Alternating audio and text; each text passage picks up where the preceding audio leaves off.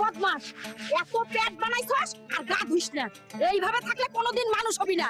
এমন মানুষকে আবার কোনো মেয়ে বিয়ে করবে বলো? করো। দেখবা একদিন পরীর মতো বউ বাড়িতে আনবো। তোর মুখে শুধু বড় বড় কথা। যা এবার ভালো কিছু কাপড় পরে বাজারের দিকে যা, বাড়ির খরচাগুলো করে নিয়ে আয়।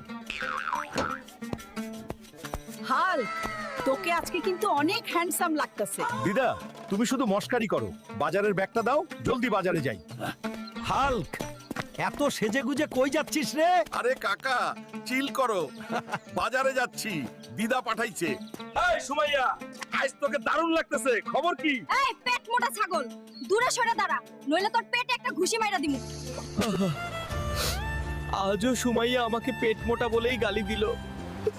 আমি তো সুমাইয়াকে অনেক ভালো পাই। হাল্ক, তুমি এখানে বসে কেন কান্না করছো? কে তুমি?